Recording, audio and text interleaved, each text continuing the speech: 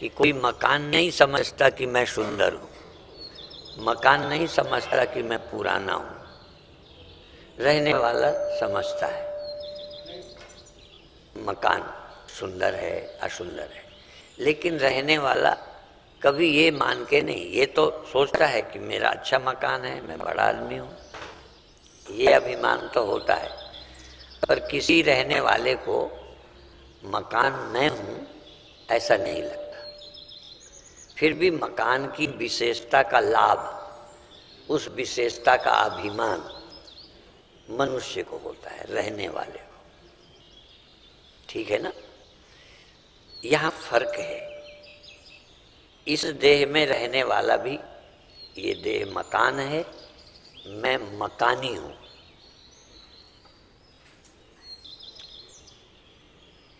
देह में मुझे रहकर सुविधा और असुविधा होती है। जैसे घर में पानी टपकने लगे, आंधी में अंदर आने लगे, खिड़की ठीक ना हो तो परेशान होगे। ऐसे ही शरीर की समस्याओं का सुख दुख मुझे होता है, पर मैं शरीर में रहने वाला हूँ, शरीर नहीं। और इसमें रहने वाले की 3 अवस्थाएं रोज होती हैं। कुछ अवस्थाएं कभी कभी होती हैं और ये 3 रोज होती हैं। जागृत, स्वप्न, सुषुप्ति। ये 3 अवस्थाएं इस शरीर की नहीं होती, इस स्थूल शरीर की नहीं होती। इस स्थूल शरीर की भी 3 अवस्थाएं होती हैं, लेकिन कौन कौन? बचपन, जवानी, बुढ़ापा। ये 3 अवस्थाएं मेरे जीव की या बुद्धि की या अंतःकरण की नहीं होती। बचपन, जवानी, बुढ़ापा, जन्म और मृत्यु, ये स्थूल देह के होते हैं। इसमें रहने वाला जीव या मन, बुद्धि, चित्त, अहंकार, ये सब मिलकर एक ज्ञान पैदा होता है जिसको हम चिदाभास कहते हैं। जैसे सूर्य का रिफ्लेक्शन शीशे में बनता है, पानी में बनता है, ऐसे ही जो चेतन तत्व है, ब्रह्म तत्व, आत्म तत्व, उसका रिफ्लेक्शन हमारी मन बुद्धि में बनता है। मन बुद्धि ना हो तो देह होते हुए भी रिफ्लेक्शन नहीं बनेगा, और रिफ्लेक्शन नहीं बनेगा तो देह का भान नहीं होगा। देह का भान सीधा डायरेक्ट चेतन को नहीं होता, देह का हानि लाभ सीधा चेतन को नहीं होता। इसीलिए उस चेतन के लिए कहा गया है अस्नाविरम शुद्धम अपाप विद्धम। जो आत्मा है वो स्नायु रहित है, उसमें कोई कष्ट नहीं होता आत्मा में। ये निर्णय कैसे करें कि नहीं होता? आत्मा में नहीं होता कैसे माने? इसलिए कि आत्मा रहते हुए भी यदि अंतःकरण बेहोश हो, अंतःकरण सो गया हो तो कष्ट नहीं होगा। इसीलिए 3 अवस्थाएं रोज होती हैं कहा है, एक कभी कभी होती है। जैसे बेहोशी, ये रोज नहीं होती, डॉक्टर कर भी देते हैं, कभी किसी रोग से, चोट से भी बेहोशी हो जाती है। तो अंतःकरण की एक अवस्था बेहोशी भी है और एक अवस्था देहांत भी है। देहांत में मृत और सुषुप्ति में और मूर्छा में क्या फर्क है? एक में प्राण बना रहता है, मन बुद्धि मूर्छित हो जाते हैं या सो जाते हैं। सो जाने वाला तुरंत चोट मारते ही जग जाता है। बेहोश को या बेहोश किया गया हो, डॉक्टर बेहोश करते हैं और ये उतना ही उसको इंजेक्शन देते हैं बेहोशी का कि उनके ऑपरेशन काल में न जगे। बस वो चोट से नहीं जगता, चीरने से नहीं जगता, वो नशे का प्रभाव जब खत्म होगा तब जगेगा। कोई ऐसा नशा नहीं देता, कोई ऐसा नशा नहीं देता डॉक्टर कि होश ही में ना हो। यदि गलती से ज़्यादा दे दे तो गड़बड़ है, इसलिए वो उतना ही मात्रा में देता है कि 2 घंटे 3 बेहोश रहेगा, इतनी देर में ऑपरेशन हो जाएगा। तो देखो, उसकी मृत्यु नहीं हुई पे कष्ट नहीं हो रहा, इसका मतलब कष्ट का अनुभव अंतःकरण के जागने से होता है, आत्मा के रहने से नहीं होता। यदि आत्मा के रहने से हो तो उस समय भी होना चाहिए। और देह का भान भी आत्मा के होने से नहीं होता। यद्यपि आत्मा के बिना देह का भान नहीं होगा, लेकिन आत्मा के रहते भी देह का भान नहीं होता। ये सबका अनुभव है। कब होता है? जब अंतःकरण की जागृत अवस्था होती है। और ये 3 अवस्थाएं सबकी होती हैं। गृहस्थ की होती हैं कि साधु की? ठीक है ना? हाँ। अच्छा, अज्ञानियों की होती है कि ज्ञानी की भी? ठीक है। इसलिए ज्ञानी होने पर भी उसकी अवस्थाएं वैसे ही होती हैं। इसलिए ज्ञानी होना क्या चीज है ये जल्दी नहीं समझ सकते, क्योंकि अंतःकरण सबकी तरह उसका भी जगता है, उसका भी सोता है। इसलिए और जागने में उसको भी देह का भान होने लगता है। अब आपकी तरह चलता फिरता बोलता है। माने 99% अज्ञानी और ज्ञानी का व्यवहार एक जैसा होता है। इसलिए ज्ञानी कौन है औरों को तो नापना बहुत ही कठिन है। इसलिए ज्ञानी में और आम लोग फर्क नहीं कर सकते। जैसे कोई अंदर से विरक्त है जनक की तरह, तो आप विरक्त किसे मानते हैं? जो कपड़ा न रखता हो, मकान न बनाता हो, पैसे को हाथ न लगाता हो, उसे आप विरक्त समझ लेते हैं। लेकिन कई पैसे को हाथ लगाते होंगे, किसी बिल्डिंग में रहते होंगे, बनाते होंगे और अनासक्त हैं, विरक्त हैं। तो विरक्ति आपको नहीं दिखती। विरक्ति किसी को इन आंखों से नहीं दिखती। इन आंखों से तो व्यक्ति का स्थूल क्या रखता है क्या नहीं रखता। इसलिए आम आदमी विरक्त तो उसे मानते हैं जो सामान मकान छोड़ देता है, रोटी खा के मांग लेता है, मांग के खा लेता है। बस हम तो आंखों से इतना ही देखते हैं। कई टाट पहन लेते हैं तो आप उनको बहुत महान मानने लगते हैं। वो तो ढोंगी भी कर लेते हैं।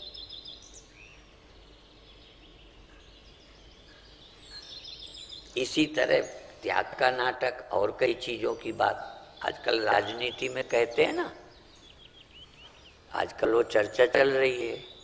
कहीं बिहार की है, कहीं केजरीवाल की है। कई लोग नाटक बहुत अच्छा कर लेते हैं। और मुझे लगता है साधु से ज्यादा अच्छा नाटक नकली साधु कर सकता है। साधु से तो थोड़ी चूक भी हो सकती है, और जो अभिनय करेगा साधु का बिल्कुल शांत रहेगा, जरा भी नहीं हो लगेगा। ठीक है? तो ये समझना ये साधु है या साधु का नाटक कर रहा है। सचमुच ये देशभक्त है कि देशभक्ति का नाटक कर रहा है। सचमुच तुम परमात्मा के प्रेमी हो या परमात्मा के प्रेमी होने का भी नाटक ही चलता रहता है। ये कैसे समझे और कौन समझे? तो अब दूसरा विषय उठाते हैं कि जब ये चित्त की बुद्धि की 3 अवस्थाएं रोज होती हैं जागृत, इस स्थूल देह में आपका एकात्म भाव जागृत में रहता है। स्वप्न में इस देह में नहीं रहता, रहता तो देह में है पर इस देह में नहीं रहता, वो स्वप्न देह में होता है। आपका मैंपना और जितना प्यार और जितना भय इस देह के रहने से होता है, उतना ही स्वप्न के देह में भी भय भी होता है, खतरा हो तो और प्यार भी होता है। एक तीसरी अवस्था, जब यही जीव, यही चिदाभास, यही अंतःकरण गहरी नींद में जाता है, कुछ नहीं, बेहोश होता है, कुछ नहीं। अब दूसरा तीसरा जो बताना था, एक अवस्था होती है प्राणांत, उसको प्राणांत कहते हैं, सोया नहीं कहते। अर्थात जब अंतःकरण प्राण के रहते देह की खबर नहीं रहे, देह से संबंध नहीं रहे, एक को सुषुप्ति बोलते हैं, और जब देह के रहते संबंध न रहे उसको एक बेहोशी की अवस्था कहते हैं।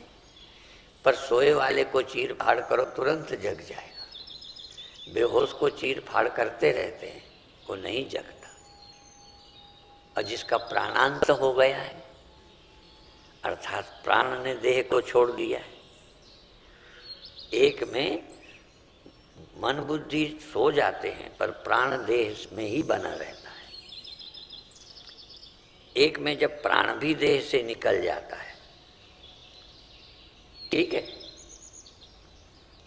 तो जब प्राण देह से निकल जाता है तब इस देह में लौट के नहीं आता, न प्राण आता है न मन बुद्धि आते हैं।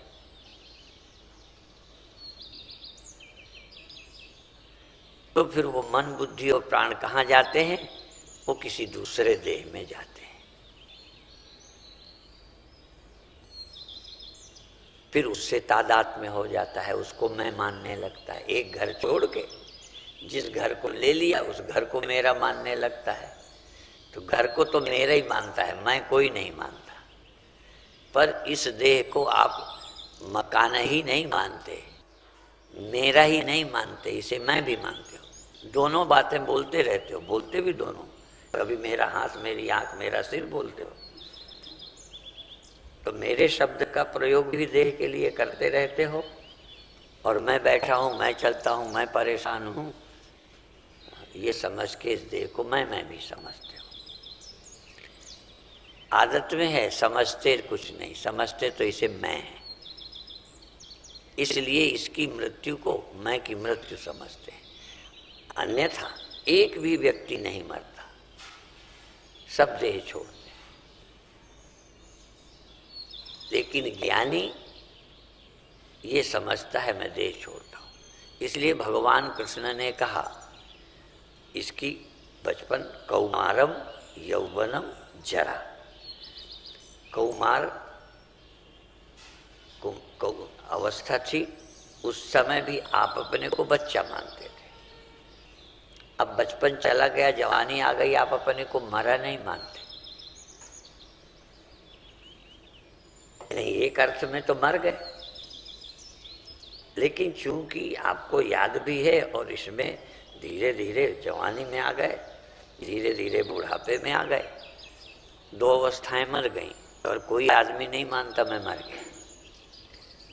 डरता है सिर्फ उस अवस्था को जिसके बाद लौट के लोग मिलते नहीं आपसे, वो नहीं मिलते। यदि वो भी मिलते होते ना लौट के,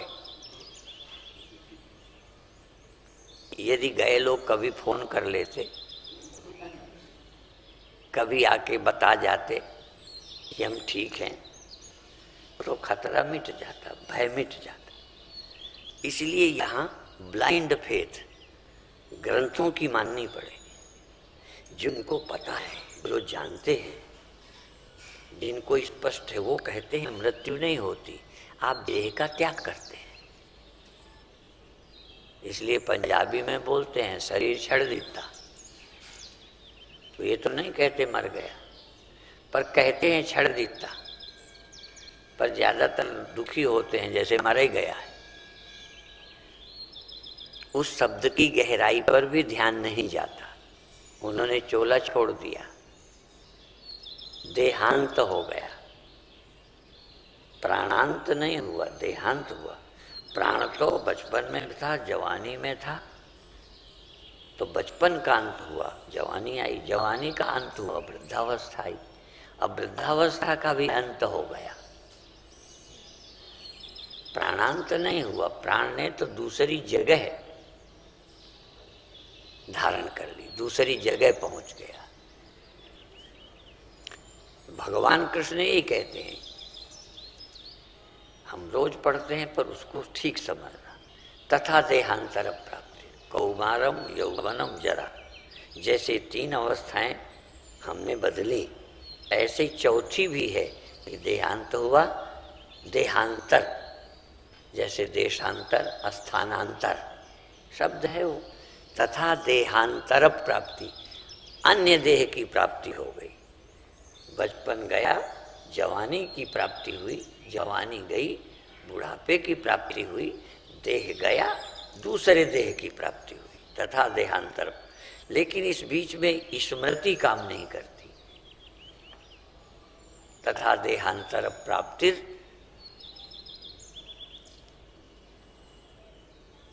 देहांत दूसरे देह की प्राप्ति होती है। देहांतर प्राप्ति धीरस्तत्र न मुह्यति, बुद्धिमान धीर पुरुष मोहित नहीं होते। उन्हें ये नहीं लगता मैं मर रहा हूं, देह छोड़ रहा हूं।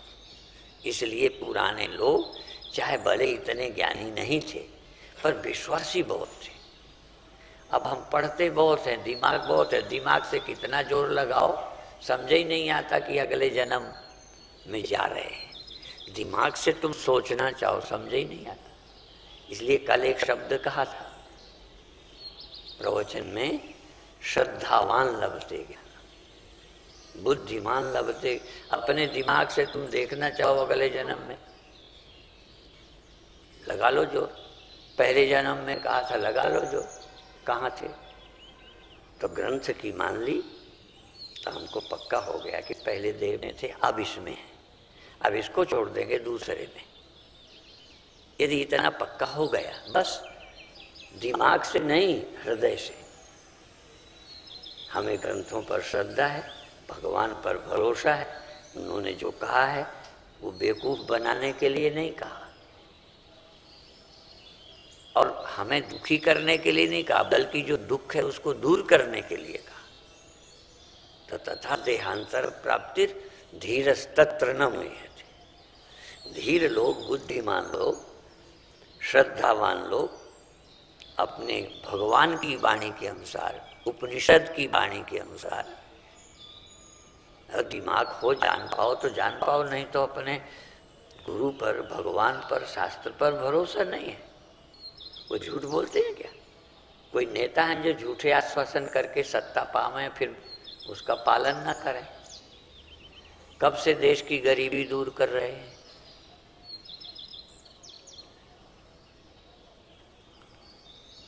तो राजनैतिक लोग चुनाव के दिनों और बोलते हैं, उसके बाद की भाषा बदल जाती। तो भगवान भी कोई नेताओं की तरह आपको बरगला रहे हैं और अपना लाभ लेने के लिए भगवान अपनी पूजा कराने के लिए बता रहे हैं, भगत बना रहे हैं। इस बात को सुनने के लिए आग्रह कर रहे हैं कि उनकी सुन करके उनके चेले बन के उनके पैर दबाओगे, उनको सत्ता में बिठा के उनके सुख के लिए तुम वोट दोगे। वो अपनी गद्दी के लिए रस लेते हैं, इसलिए तुम्हें वोट लेना चाहते हैं। भगवान कृष्ण आपको अपना फॉलोअर बना के लाभ लेने के लिए नहीं, वो इसलिए कहते हैं मेरी बात को फॉलो करो जिससे तुम सुखी हो जाओ। सचमुच राजनीति भी इसी का नाम है, पर अब गड़बड़ हो गई है। राजनीति बताकर तुमको ऐसे रास्ते पर, ऐसे ढंग से व्यवस्था करने के लिए उनको अधिकार हो जाता है। यदि वो सत्ता में ना हो तो क्या फैसले करेंगे? तो फैसले तो सत्ता में जाके करेंगे, पर सत्ता में ही नहीं पहुंचे तो ऐसे ही तुमको लाभ कब होगा?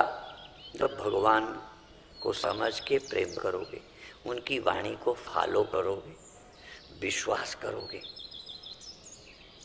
तब आपको चैन मिल जाएगी।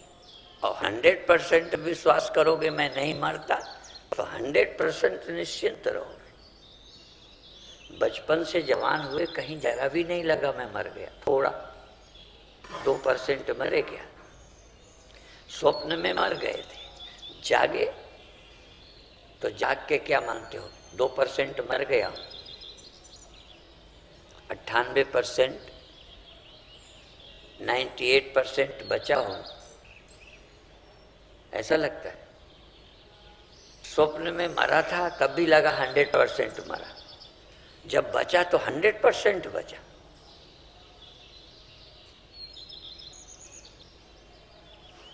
बचपन से जवान हुआ तो कितने % मैं मारा, मैं जो इसमें रहता है जरा भी नहीं। स्थूल देह बदला, ऐसे ही स्थूल देह छूटा, दूसरा स्थूल मिलेगा।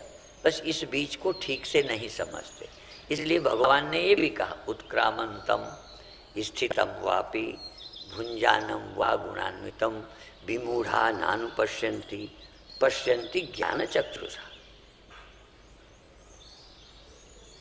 ये प्राण, ये जीव उत्क्रामंतम स्थितम वापि भुंजानम वा गुणान्वितम, ये गुणों में मिला हुआ जब स्थित रहता है, जब बदलता है, जब देह छोड़ता है, समझता ही नहीं है। होता सब है, रहता भी है, देह छोड़ता भी है, जगता सोता भी है, पर समझता नहीं है। उत्क्रामंतम स्थितम वापि भुंजानम वा गुणान्वितम विमूढ़ा, मूढ़ा विमूढ़ा नानुपश्यन्ति, इस सत्यता को ठीक से नहीं समझते। मूढ़ा नानुपश्यन्ति पश्यन्ति ज्ञान चक्षुषा,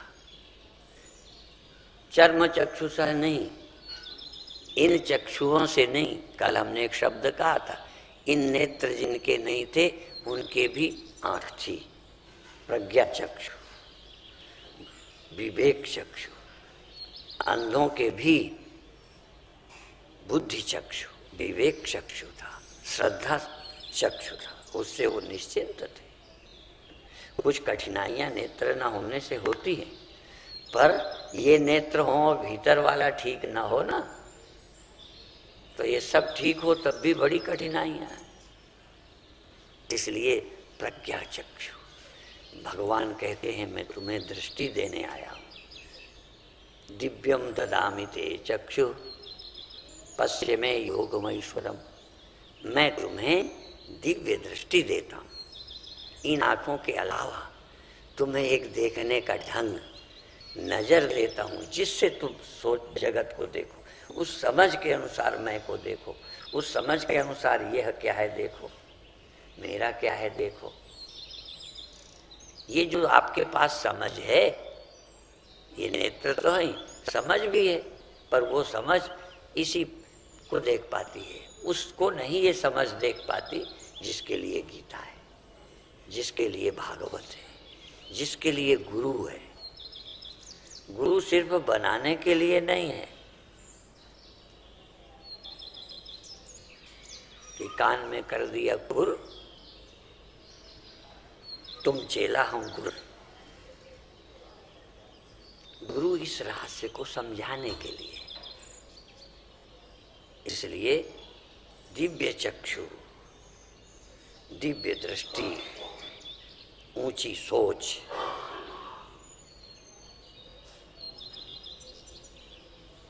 हमारी जो सोचने का ढंग ही है कि ये मैं हूं, मर जाऊंगा। दूसरी सोच है कि इस देह में हूं और अगले देह में जाऊंगा, ये दूसरी सोच है।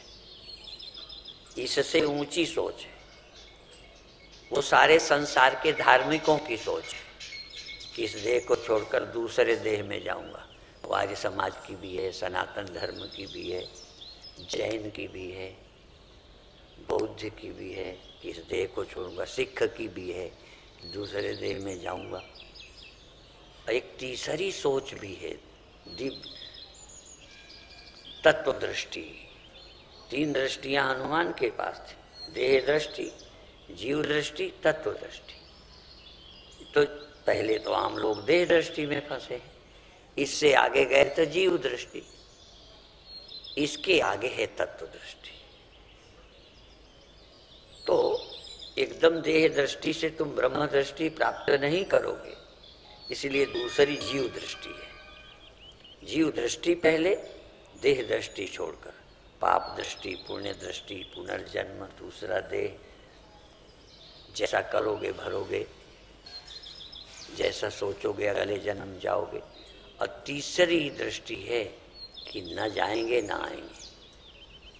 तो ऐसे कहने से थोड़ी मानोगे। अब वो तत्व दृष्टि जब प्राप्त होगी उस दृष्टि में, अब वो दृष्टि भी प्राप्त इसी जीव को करना है। इसी के पास देह दृष्टि है, इसी के पास जीव दृष्टि है, इसी के पास होनी चाहिए ब्रह्म दृष्टि। तो ब्रह्म दृष्टि प्राप्त करना बड़ा जीना विषय है। जैसे कभी कभी हमें लगता है 4-6 दिन सहगल जी से कैसे बिल्डिंग बनाते हैं, कैसे सरिया डालते हैं सीख लें, फिर सहगल जी की कोई ज़रूरत नहीं, अपन बनवा लेंगे। लेकिन जानते हो सहगल जी को आज भी सोचना पड़ता है, ईमानदारी से विचार करना। अचानक कोई बात हो तो कहते मैं गणित करके बताऊंगा, इतनी जल्दी नहीं। कितना सरिया लगेगा, कितनी दूरी है, क्या है, कितना मोटा। अपन तो जानते हैं जितने इंच की दूरी हो उतना इंच का मोटा बीम डाल दो, बस। एग्जैक्ट वाली बात हम लोगों ने सीख ली, लेकिन ये तुरंत ही गणित करेंगे। तो जीना है ना, वैसे तो बड़ा लगता है कि बहुत आसान है, 4 दिन में हमने सहगल जी से पूछ लेना, फिर सहगल जी को घास भी नहीं डालनी। लेकिन सहगल जी जैसे इंजीनियर भी बहुत खिलाड़ी हैं, 3 दिन की बात बताएंगे, आगे के लिए फिर पूछना पड़ेगा। एक दिन में सारा नहीं बताते, बता सकते हैं। रोज फोन करना पड़ेगा, फिर बुलाना पड़ेगा, फिर चाहे मजदूर बैठा रहे, और जब तक सहगल जी ना आए आगे क्या करें। तो रोज समस्या, तभी आप पूछोगे। तो यही बात गुरु के साथ भी है। आपने आज प्रवचन सुन लिया, कल से गुरु की जरूरत खत्म, ऐसा नहीं है। पग पग पर समस्या लगेगी, पग पग पर पूछना और समझना पड़ेगा। इतना आसान नहीं है कि जो हम जानते हैं 10-15 लेक्चर सुन लिए या 2-3 कैसेट खरीद ले गए और सुन लिया, अब तो सब समझ गए। कई लोग कहते हैं, मिलते भी हैं, कहते हैं महाराज सब समझ गए, कुछ बाकी नहीं रहा, आपने कुछ देना बाकी ही नहीं रखा। फिर कभी कोई बात आती, कहते बस इतना, और वो उतना ही तो अटका रहता है। अभिप्राय ये है कि पूर्ण संशय विपर्य से रहित हो जाए। तो नहीं तो क्या कहोगे महाराज, फिर गुस्सा आ जाता है, फिर दर्द का भान होने लगता है। ये किसने बताया कि दर्द का भान नहीं होना चाहिए? किसी गुरु ने कहा कि दर्द का भान न हो तब हम समझें। हाँ, दर्द का भान न होगा जब बुद्धि या तो समाधि में लीन हो जाए, या सुषुप्ति में हो जाए, या मूर्छा हो जाए। जागृत अवस्था में शरीर का दर्द, अब जागृत होने पर भी, अब तुम तो देखोगे ये जागृत है, पर जागृत होने पर उनकी बुद्धि देह में न होकर वो ध्यान द्वारा कहीं एकाग्र करती है। तो ये झूठ नहीं है। यदि हमारी बुद्धि, अच्छा तुम सोए हो, ये सच है, देह का तुम्हें भान नहीं है, पर ये बताओ जब जोर से शोर करते हैं तो क्यों लौट आए? ये तो रोज का अनुभव है। अच्छा तुम सोए हो, सचमुच तुम्हें देह का भान तक नहीं है, लेकिन हम सुई चुभो दें, चिंटिया काट लें, तो आप नींद में बने रहोगे? बोलो नहीं। और हमने सुना है, और भी तो सुना है, कुंभकर्ण कहते हो जगाने से नहीं जगे, कैसे जगाया गया? तो अब ये भी एक फर्क है। एक वो भी नींद है कि 4-6-10-12 आवाजें दी, नहीं जगा, और एक को जरा सी आवाज दी, जग गए। ये क्या फर्क है? ऐसे ही ध्यान वाले भी, सुमिरन वाले भी, स्वरूप में रहने वाले भी, एक की प्रैक्टिस इतनी है कि वो तुम कुछ करो वो जल्दी नहीं लौटेगा, और एक बहुत है ध्यान में भी है, विक्षेप रहित है, लेकिन थोड़ा सा छेड़ दिया तो बाहर आ गया, विक्षेप हो गया, गुस्सा हो गया। ये नहीं है कि ज्ञानी नहीं है, पर वो प्रैक्टिस कम है, उस ध्यान की गहराई कम है, उतना वहाँ रहने में वो नहीं है। सोते तो सब हैं, पर कई कुत्ते की नींद सोते हैं। ठीक है, थोड़े में हट जग गए। माने ध्यान वाले ऐसे भी हैं जो कुत्ते की तरह ध्यान में तो हैं पर तुरंत आ जाएंगे, एक कुंभकर्ण की तरह, चाहे वो समाधि में ही है, कुछ उनके विरुद्ध बोलते रहो, कोई मतलब नहीं।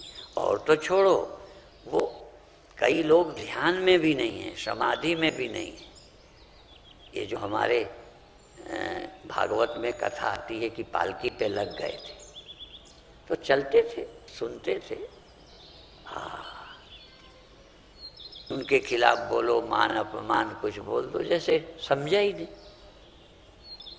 इसलिए ज्ञानी कैसे होता है? समझता है पर ऐसा लगता है जैसे इसको समझे ही नहीं है। मूढ़वत, जड़वत, मूकवत, बधिरवत, जैसे सुना ही नहीं। कान है, आवाज गई है, पर जो तुमने कहा उसकी समझ से ये लगा ये तो क्या है, बच्चों की तरह की बात है, इसका क्या महत्व देना। यदि पागल आदमी यदि तुमको कहे तुम बदमाश हो, तुम चोर हो,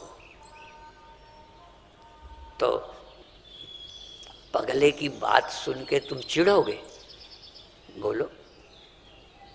अच्छा, जो तुम्हारा परिचित है, पड़ोसी है, घर बार का है, उससे क्यों ज्यादा दुखी होते हो? ठीक है, तो ज्ञानी वो खुद मूढ़वत रहता है, पर वो ये जानता है ये सब मूढ़ है, रहता खुद मूढ़ की तरह है। तो सब बोलने वालों को समझ रहे तो बेवकूफ हैं, चाहे कुछ कह देंगे, इन्हें आता जाता तो कुछ है नहीं, इन्हें समझ तो है नहीं, को भले को बुरा कह दें। जैसे राजनीति में कई बार ऐसे ऐसे इल्जाम लगाते हैं चुनाव के दिनों में जो उसमें ले सच नहीं है। जैसे बीच बीच ये आरोप लगते रहे कि भाजपा और कांग्रेस मिले हुए हैं। अब बताओ, अब मिला हुआ खुद है वो, आरोप लगाने वाला कांग्रेस से मिला हुआ है और आरोप लगाता रहा। तो राजनीति में कितनी बेईमानी चलती है। एक दूसरे पे लांछन जो बिल्कुल मिल नहीं सकते, क्योंकि तुम तो 4 दिन की पार्टी है, तुम कहते हो ये मिले हुए हैं।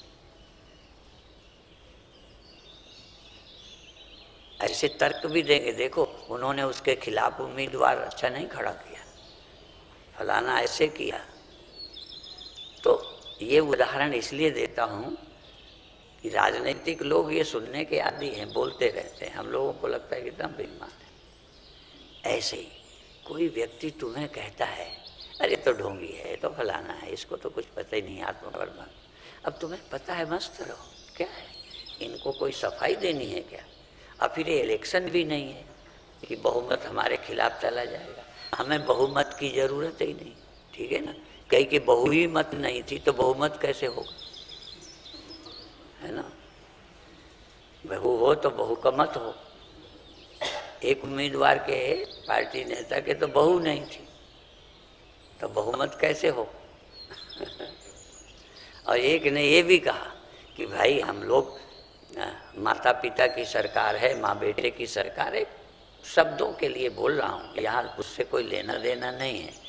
तो वो कहते क्या हैं, तुम्हारे बेटा हो तो तुम भी बेटे को दे दो, अब उसके है ही नहीं बेटा, ठीक है, तो कहने लगे तुम भी बेटे को दे दो। तो है, तर्क है।